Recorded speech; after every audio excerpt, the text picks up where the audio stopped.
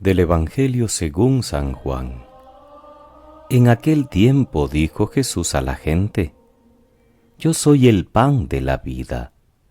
El que viene a mí no pasará hambre, y el que cree en mí nunca pasará sed.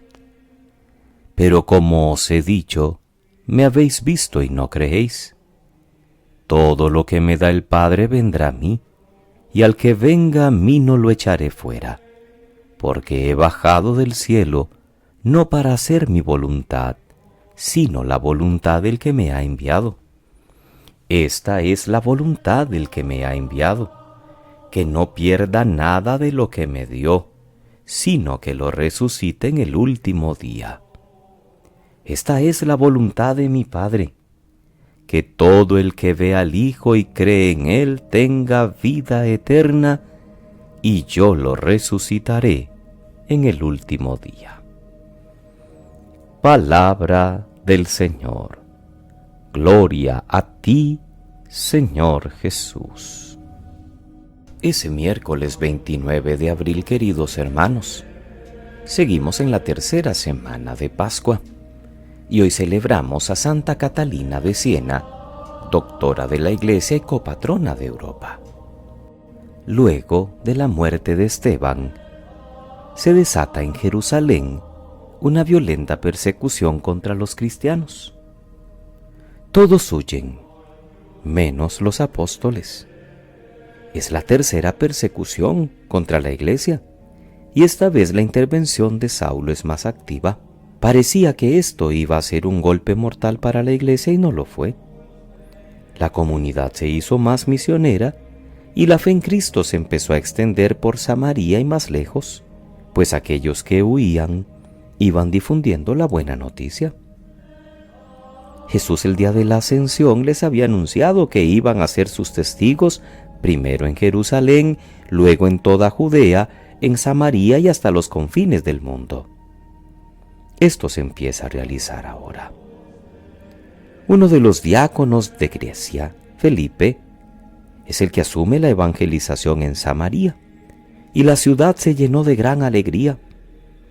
Aunque no lo leemos hoy, sabemos que la predicación de Felipe atrajo a muchos al bautismo, y entonces los apóstoles Pedro y Juan deben bajar de Jerusalén a completar esta iniciación, imponiendo las manos y dando el Espíritu a los bautizados por Felipe. No tendríamos que asustarnos demasiado, hermanos, por las dificultades y persecuciones que sufre la comunidad cristiana. Siempre las ha experimentado y siempre ha prevalecido. Para aquella comunidad de Jerusalén, lo que parecía que iba a ser principio del final fue la gran ocasión para expandir el cristianismo. Y así ha sucedido cuando en otras ocasiones cruciales de la historia se han visto cerrar las puertas a la Iglesia en alguna dirección. Las invasiones de los bárbaros, el hundimiento del Imperio Romano, la pérdida de los estados pontificios. Siempre ha habido puertas abiertas y el Espíritu del Señor ha ido conduciendo a la Iglesia de modo que nunca faltará el anuncio de la buena noticia y la vida de sus comunidades como testimonio ante el mundo. Si tenemos fe y convicción, siempre la buena noticia será comunicada, de una forma o de otra. Sucedía en la primera comunidad con los apóstoles y los demás discípulos. Nadie les logró callar. Si una comunidad cristiana está viva, las persecuciones exteriores no hacen sino estimularla a buscar nuevos modos de evangelizar el mundo. Luego de las persecuciones duras que vivió la Iglesia en Polonia, en el siglo pasado, posterior a la Segunda Guerra Mundial, ¿qué surge?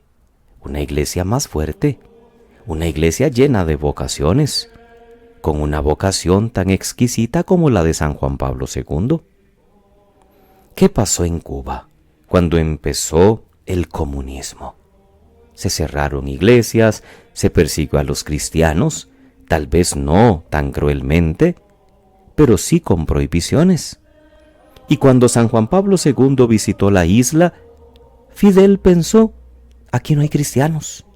Vamos a convocarlos a que vengan al malecón, porque de todas maneras nadie va a llegar.